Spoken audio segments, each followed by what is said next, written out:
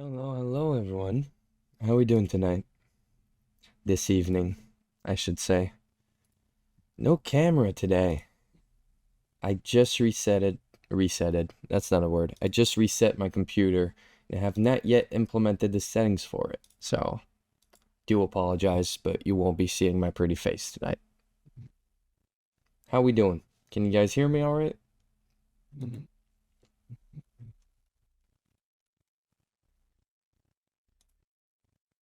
All right. Awesome. All right, well, we'll get right into it today. Honestly, pretty simple day, right? On days where the open is a little crazy, right? Whether you want to call it consolidation, you want to call it search and destroy, whichever, when we open and it's pretty crazy, it can sometimes be hard to navigate, but we'll cover it. The main thing I just wanted to highlight here is after we form that swing, what do we expect the fourth bar to be? Even if we do such a huge gap, because let's be honest, this was quite a big gap at 1.5% here. And what was it on ES? Yeah, almost 1.25, almost 1.25%. So quite a big gap that we did right there. But even then, you would expect the fourth bar to expand higher, have clear targets at previous week high, and those relative equal highs above from the week before, which we did reach on ES, which led to some pretty obvious SMT that we could look to trade as well. So both sides were offered today, but we'll look at what the Rise models were provided. If we go down to a 15-minute chart here and we just look at the day's price action, right? Once again, focusing on the previous week high. And right here, we can bring our new week opening gaps using the two most recent, right? So the one from this week and the one from the previous week. You could see once again, right, just from our weekly outlook, we're just trading within these gaps. My scroll bar is messed up. It pisses me off. I think I'm going to buy a new mouse. But once again, just as our weekly outlook outlined, right? That didn't sound very good. We're trading within these gaps, right? So we're going to gravitate from one gap to the other. And today we traded into last week's opening gap. Some pretty nice price action there that could have led to some nice shorts after seeing the respect of that final quarter along with the previous week's high SMT. But earlier on in the day, you had some very nice expansion higher. In terms of daily structure, which I talk about quite often, right? And we see the new day opening gap here, and let's just bring it in. Let's not use line and let's just use a fill. Keep it simple, and let's remove the text. This is a new day opening gap, right? And what did we do here? Where we barely traded into it and then expanded higher. This is a very nice structure where I would frame this leg lower as manipulation, followed by this move higher as distribution. But I couldn't catch a big part of this move because as we see here, this is 9:30. We also had 9:45 and 10 a.m. news, which is the new home sales. Forex Factory no longer qualifies those as high impact news. I do. So I was personally looking for clear Judah swing with SMT starting at 9:30, as I always do. But nothing was clear until 10 a.m. Of course, we'll review that on the 1 minute chart here in a second. But in terms of daily structure, I really saw a nice open into accumulation, manipulation, distribution higher. So I was framing the whole move lower as retracement, right? So when I'm trading a retracement, I have retracement objectives. So I have the full daily range with my first discount and efficiency, as you can see prepared here, right here just below the opening range low. But I want to also refer to the most recent range, which at the time of this high, we'll go look at it, of course, but this is where you have that SMT with the previous week high. So even if we use this one, we can see that we have this swing low before this candle was done was your partial, but then afterwards, your partial was this first discount right here in the form of liquidity in this case. So some very nice structure overall, just offering a lot more on the retracement than on the upside if you're looking to trade the New York session like I myself personally do. If we go down to the 1 minute now, and I'm gonna remove, I kind of want to remove this new week opening gap, but as you can see, just the quarters and the respect of that on the higher time frame, right? I was looking at the 15-minute closes. 15-minute is our intraday time frame. you had some very nice respect for this to be your point of interest. But even if we remove those levels, right, remove the quarters, remove the midline, we just look at this, you have your higher time frame point of interest along with previous week's high SMT here. You don't really need the new week opening gap. I was personally utilizing it, so I wanted to showcase it. But truth is, just having that previous week's high is all that you really needed, because once you have this level, as you can see, not reaching it on NASDAQ, you have a very important point of liquidity with SMT. That's all you would need to consider a short. But before talking about shorts, what would I need to trade before news, right? So in this case, we have 10 a.m. news, which is your last news. What do I need to consider trading before then? Well, I need a clear Judah swing with SMT. Now, we had a clear Judah swing if you were looking for a higher, right, in the direction of the daily distribution, and the only reason we were looking for shorts afterwards would be because of that point of interest we have right here along with the SMT. Well, I would be looking for longs. So Judah swing lower, we do have that, but we don't have any SMT here confirming that that Judah swing is, well, it's our confirmation, right? Whenever I'm looking to trade before the news, I need this additional confirmation. I require SMT, and we had no SMT on the lows in this case. And even if we look further here, no SMT. So at that point, I was just going to wait for the 10 a.m. news. As you can see, we had quite a volatile candle here, 156 handles, pretty nice. But also, more importantly, this candle took out the opening range high to go target the opening range low.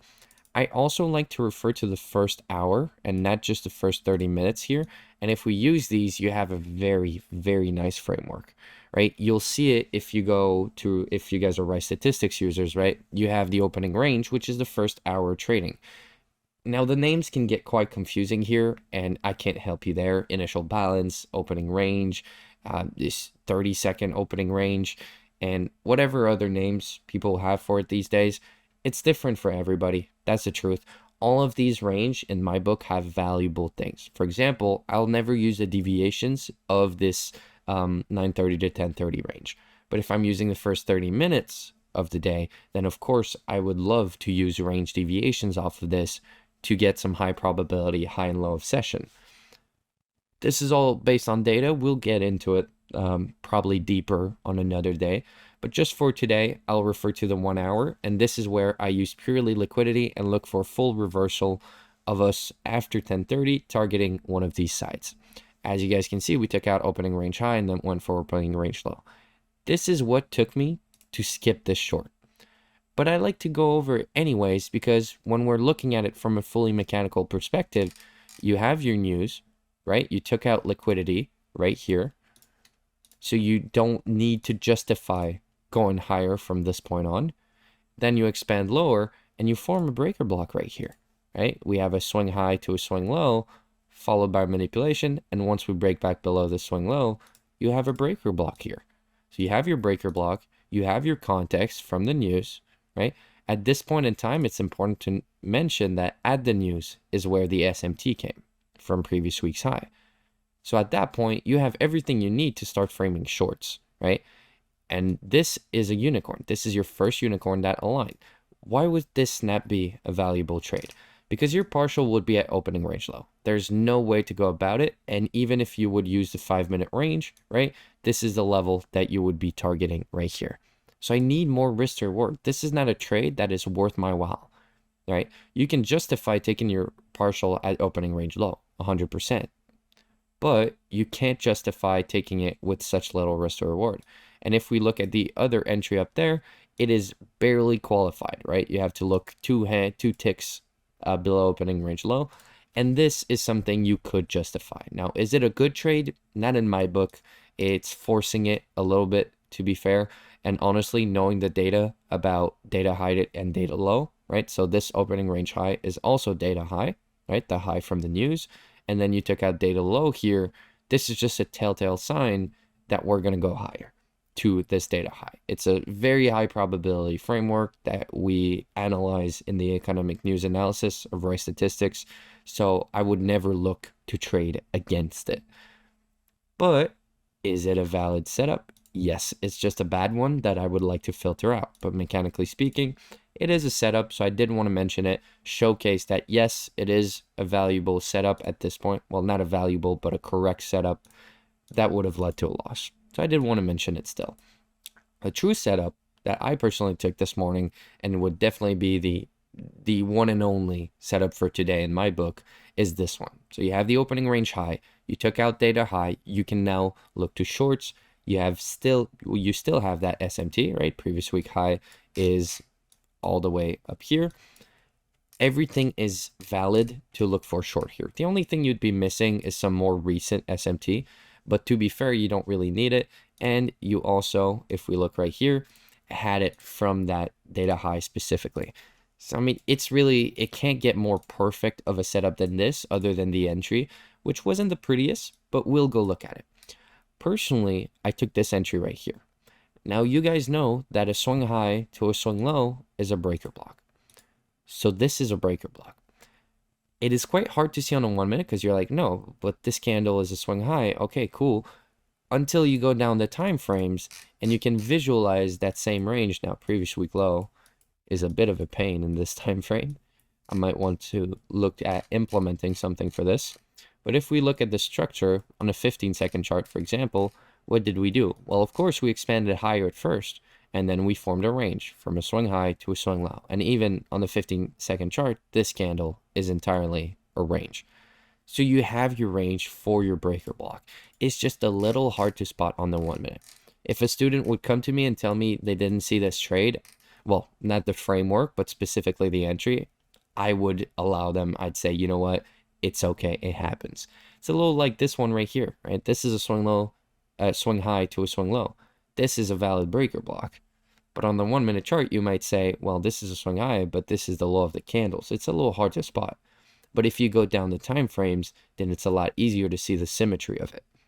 This is something you get used to. I've been looking at charts, searching for breaker blocks for quite a long time now, so I just see them instinctively. It's not something you really need to focus on. You rarely don't have an entry with a valid breaker block, or what will happen is you'll have that breaker block form, easy to see on ES, and you'll have to take the ES entry on NASDAQ. So for example, in this case, it would be right here, which as you can see is the exact same entry as this one. But this candle over here is not a breaker on NASDAQ. So we've talked about this a few times before, looking at ES and taking the breaker on ES, treating it on NASDAQ. But to me, it's a little harder than just seeing the lower time frame breakers. Honestly, that's more a question of personal preference. I'm just used to noticing those. But if you did not look for that, then you still had the entry on ES, right? Might as well trade it on ES if that's something you guys want, right? And on ES, I did not look for, oh, well, actually, you would have had an even earlier entry with this inversion fair value gap. I actually missed that on NASDAQ as well. There was an inversion right here, and we inverted. So this would be the valid entry, right? We don't pick and choose. We take the first one that shows up, right? So this would be being too optimistic, I guess is the way to put it. But the valid entry would be on this inversion fair value gap, right on the next candle over. It's a bit far from your breaker block here, but it's not far from the breaker on ES. So we'll be pessimistic here and consider this as your entry. Now, this would not yet be a fair value gap, so you can't use it in your 3PD arrays, but you still have inversion fair value gap here with the inversion fair value gap. So the stop at the high is this candle, still the same exact stop loss. I personally took the entry on the fair value gap above, but to be honest with you guys, this would be the correct entry. Seeing the entry on ES is just the easier one to spot, and that's the one I like to highlight to you guys. Because I could always pick and choose and tell you, well, this is the one I saw, but truth is, it's what is the first one, what is the easiest one to see, is the one I want to showcase to you guys to just make it attainable for everyone, right? Let's remove the AM session. That line was bugging me. And then from that point on, right, you have a very clear entry. You have your partial, which is using the 15-minute range, right? It was that swing low we saw earlier. Then you have opening range low. You have the first discount here of the entire daily range, all right? Because when we are looking for a retracement like this, I'm looking for an intraday retracement, I like to use the current daily range, especially when we trended here. And as you can see, The first discount level is going to be this liquidity right here. You also have 4 standard deviations aligning beautifully with the sweep of this level, but to me, that's not really of importance. I want to refer to premium and discount ranges, and that would be your other partial. And see, just to your first partial, you have 2.2R, then you have opening range low, which gives you 3.4R. The first discount in efficiency at 4R. This was my final. I did not personally hold a runner. You would have had plenty of opportunity to, I mean, you have relative equal lows right here. This is the first thing I spot, right? I'll always look for clear levels in liquidity. Relative equal lows right here would have been a great place to hold a runner for. I would not have expected a full reversal. We went pretty deep today, but still allowed for very nice return. Personally, I got my piece of the pie and I was quite happy at closing my trade entirely at this part. I'll just for the thumbnail purposes, I'll bring you back to the partial. As you guys know, I like to be pessimistic. And as well, important to mention, as soon as that partial got hit, we, in the same 1 minute candle, we went all the way down to opening range low. I had a limit order, so I got hit right here and then right here in the same minute. But if you were marketing out, then that would have been pretty nice. Also, didn't return close to your break even after this part. Of course, it was a little sketchy at this point because I really wanted to take profit here. I was almost at 1.7 R. You guys know this is the minimum you can look for. And at the most extremes, you're at 1.65. So there's no way you should be taking profits here and then getting broken even at this level. You really just should just hold for your partial objective, which is the high probability target. Now, from that point on, am I going to consider any longs here? No, because you should have been in the short. But later on in the afternoon, you have a lunch framework. Exactly like yesterday, we did not have the time to reach lunch high, but you still had a very nice long opportunity. Let's see if it actually gave you an entry here. And let's bring lunch here. Why don't I have this? Bring this guy. In case you guys didn't know, you can copy and paste indicators with your current settings. So it's a lot more fun. Of course, SMT with the opening range. Let's remove this. So same thing here. We did take out lunch low on the same time. What I'm looking for here is SMT that will create a breaker. So you do have SMT at this level. Nothing quite interesting there. I mean, you have swing low to swing high here, but you don't have a bullish candle within it. A little hard. This would be pushing it a little bit, right? Looking at this as a breaker block. Under lower time frames, this would be an extremely clear breaker block, but I want to be a little more pessimistic here. Let's look, is there any further SMT? Nothing here. So truly the first clear breaker block that anyone could spot, and you guys tell me if I'm wrong, right? You guys are listening in, but this would be the first clear breaker block I would see. That would be easy to spot with a very clear, once again, entry. From this point, 3PD array stop loss rule, you have inversion, fair value gap, and fair value gap. Would you have gone and stopped out? No. Pretty close, pretty close. I would have been scared here, right? Especially after seeing initially the nice push higher, but it would have been a successful trade. Let's actually look at your partial objective here, because I would have been targeting lunch high. There's no reason why I would not have, and especially if you see the relative equal highs, right, from the inducement here. Very, very clear objective, but we also need a partial, which in this case would be this order block, right? First, premium and efficiency, as always, nothing changes, all the same. And if we look at this level, yeah, that would have been painful. But it worked out in the end. This does not offer enough risk to reward, but what do I do when I have an order block that does not offer enough risk to reward? I've spoken about this many times over. Let's look at the mean threshold. What is the mean threshold? The midpoint, right? 50% level of that order block using the candle body in this specific case. And if we look at this level, 1.78, that is plenty to look for a partial. Then you go break even. I mean, I'm looking at this now and I'm looking at the time. It's like you would have entered here, but most prop firms make you end at 410. Right? So even though the trade was successful in this sense, I mean, this to me would just be entry, and then you're closing right on the opening of the 4 p.m. candle for a small loss.